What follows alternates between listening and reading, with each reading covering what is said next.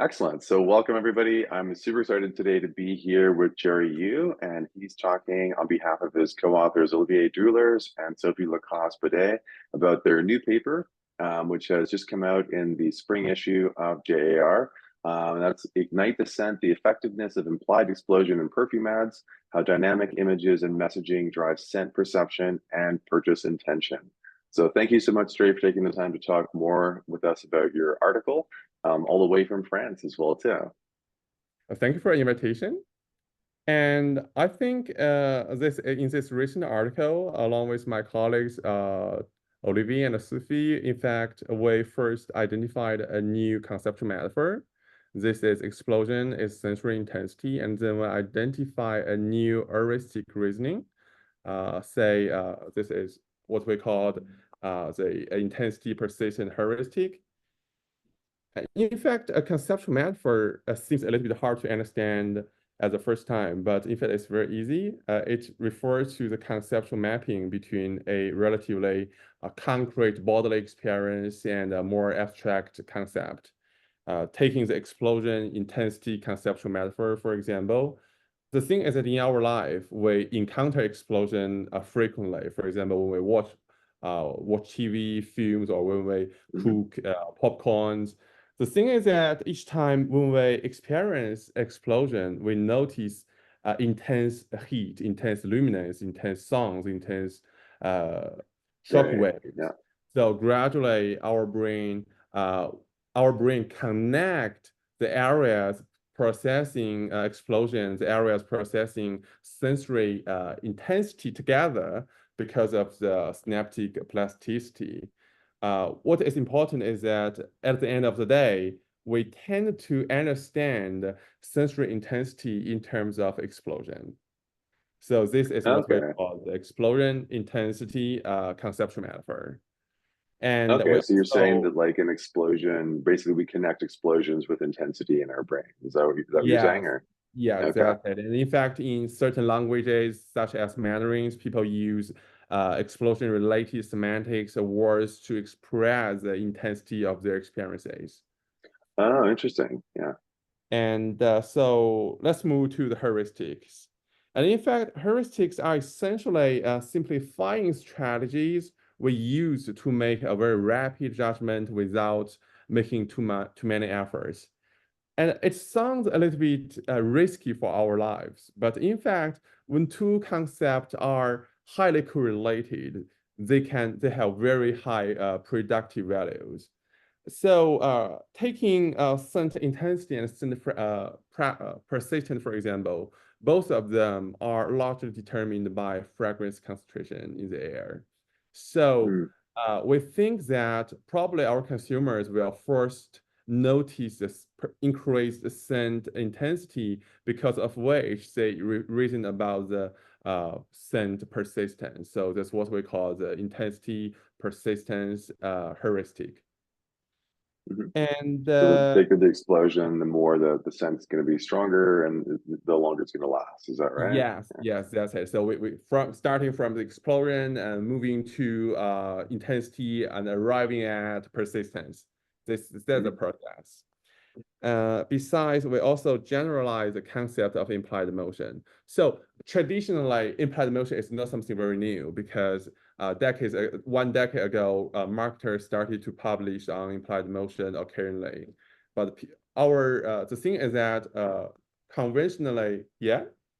Oh, so just for people who might not be familiar, what do you mean by implied motion in an ad? Implied motion means the motion perception created by static stimuli, such as images. Okay, so like a photo that makes it look like something's moving, even though they're not actually moving on the screen, right? Yeah, that's it. The thing is that whenever we see an image capturing a man jumping from the height, in our mind, we unconsciously play a very short video of the entire process. Right. Okay, it feels like a film playing back in our mind, unconsciously for sure. And the thing is that, previous research only used image to induce implied motion. In the present research, drawing on psychological and neuroscientific literature, we also generalize implied emotion from visuals to semantics, which means that when we read something, for example, a sentence describing kind of motion, our brain do the same simulation, plays the same videos in our mind. Very So cool. that's what we call visually implied motion and semantically implied motion for more clarity. Mhm.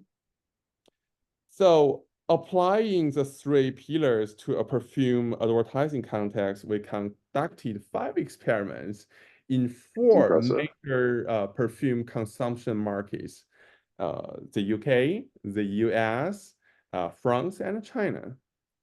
Awesome. And Tell us more about a little bit more about the experiments and what you tested. Yeah. yes, so I would start with the stimuli we use.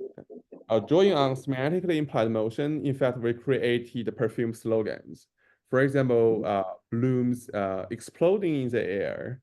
It shows semantically implied motion because we use exploding, and blooms moving in the air. It shows generic motion because moving is not specific to explosive pattern. It's just moving.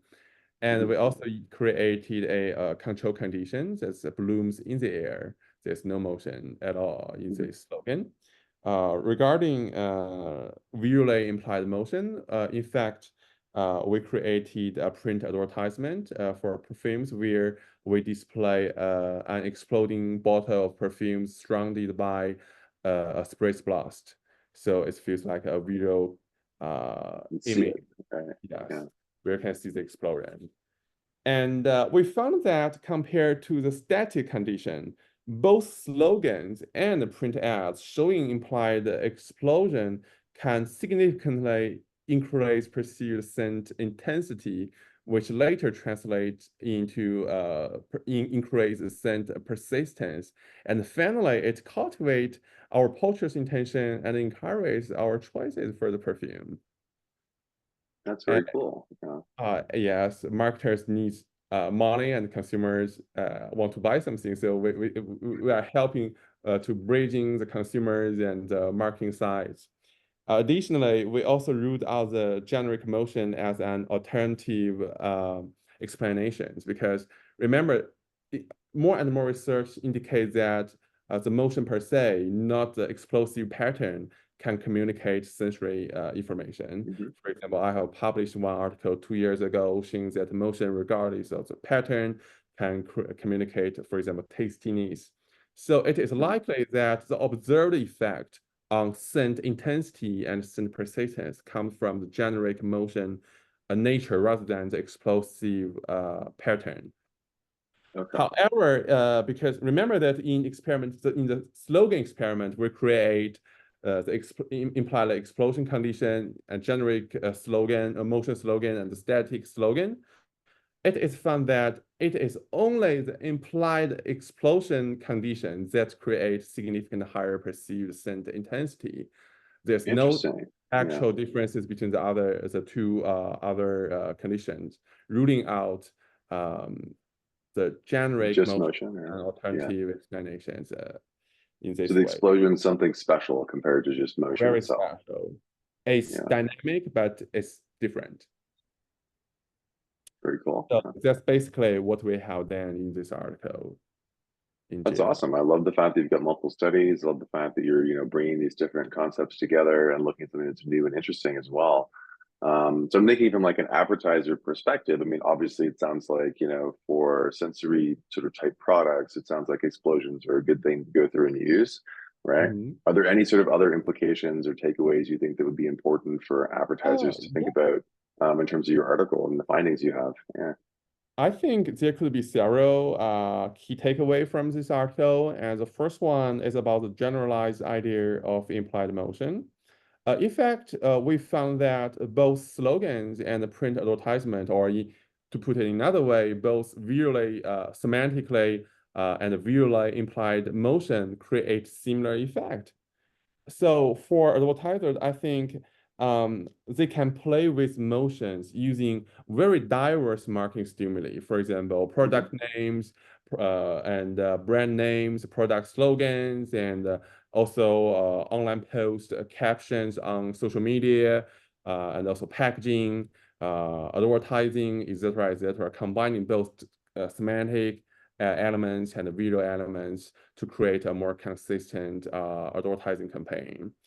The Okay, so second, using both text and using both images or video to get that across. Cool. Yeah. yes, because I think it allows advertisers to use some motion more flexibly. Yeah, that's cool. Yeah. And the second key takeaway is the use of implied explosion as an effective and intuitive way to communicate scent properties. Now, the thing is that I think it's effective and intuitive because the thing is that the processing of conceptual metaphor and heuristics doesn't really require effortful processing. And the thing is that it is well established that our processing of metaphors and heuristic reasoning is spontaneous, automatic, and effortless. So, which means that all of those things happens very naturally. Consumers will Mhm. not notice it, but it's very effective.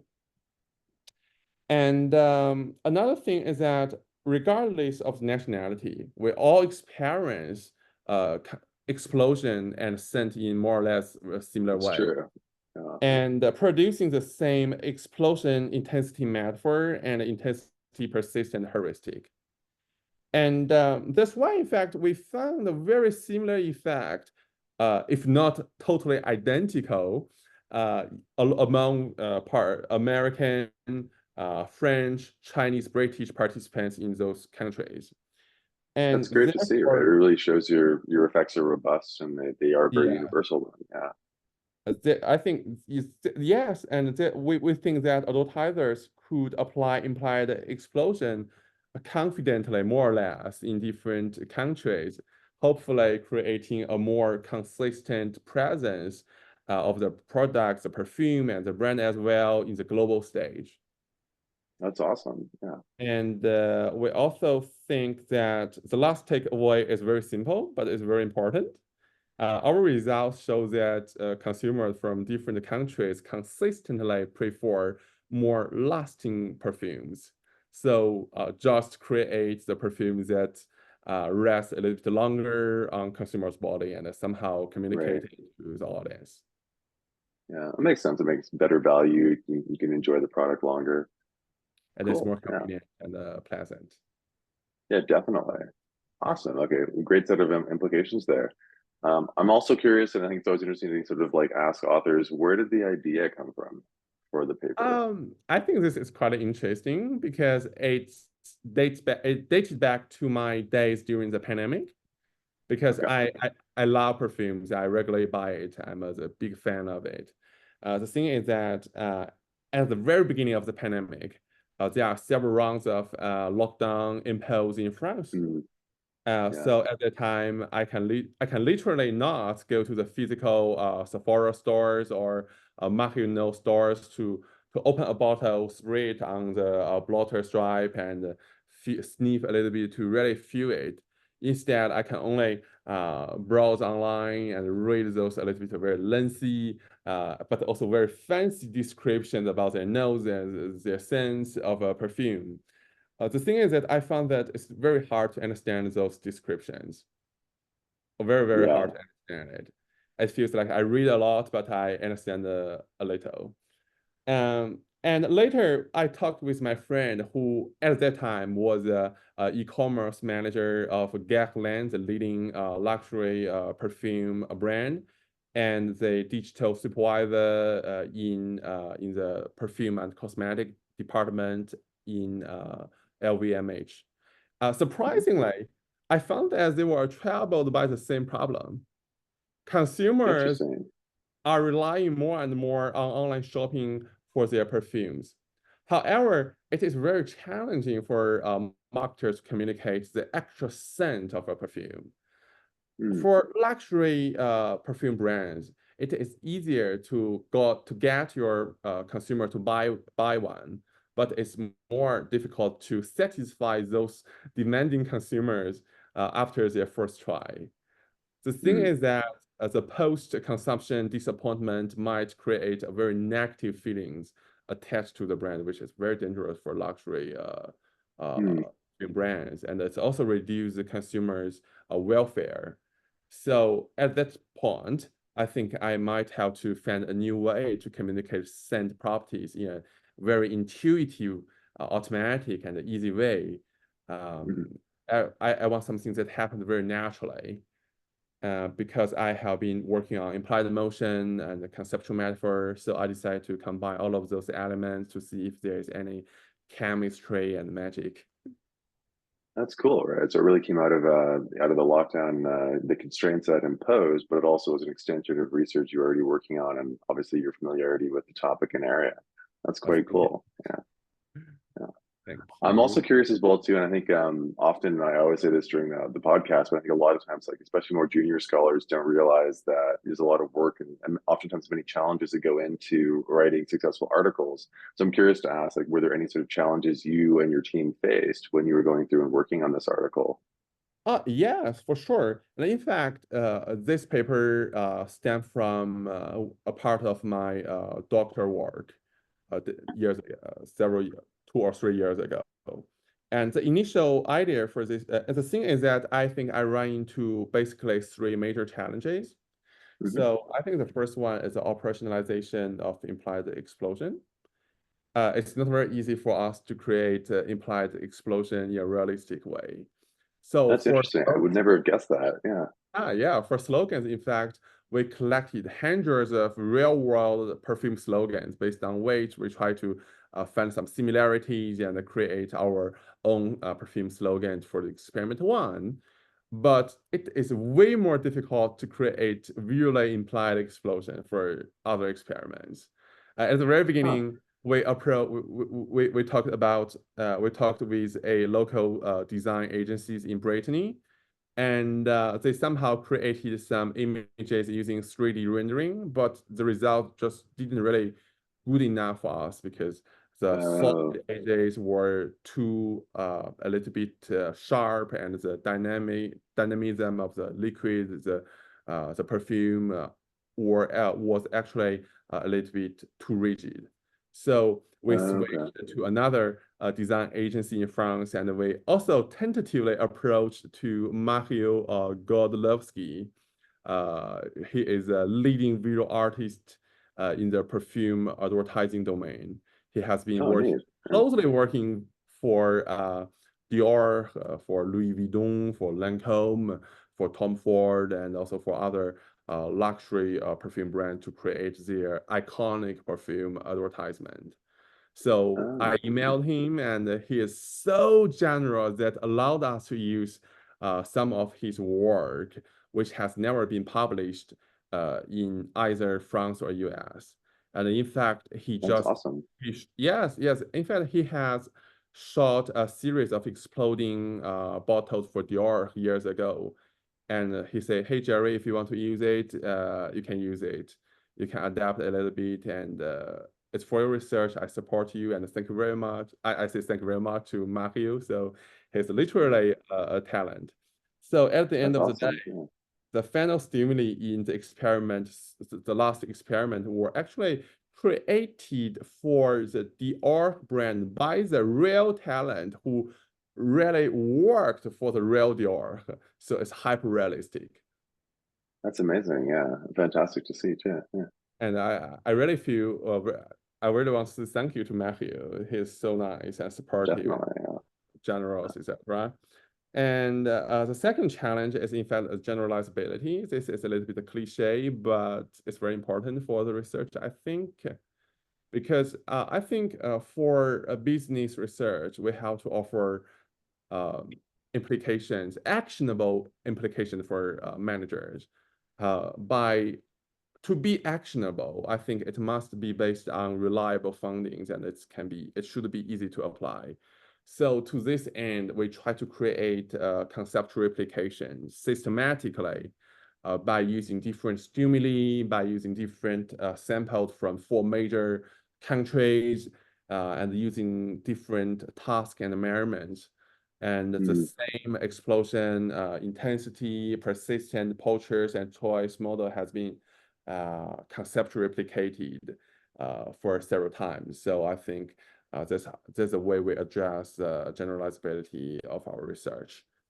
Yeah. And the third challenge, I think, could be a little bit about the presentation per se.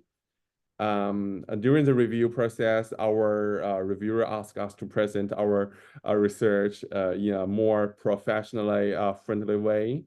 And we totally agree, in fact. I think business research should serve the real world business. And again, it helps us to improve our impact factor. So with the help of the reviewer and the JAR's post acceptance editor, we modified both the structure and specific phrasing to hit a good balance, to strike a balance.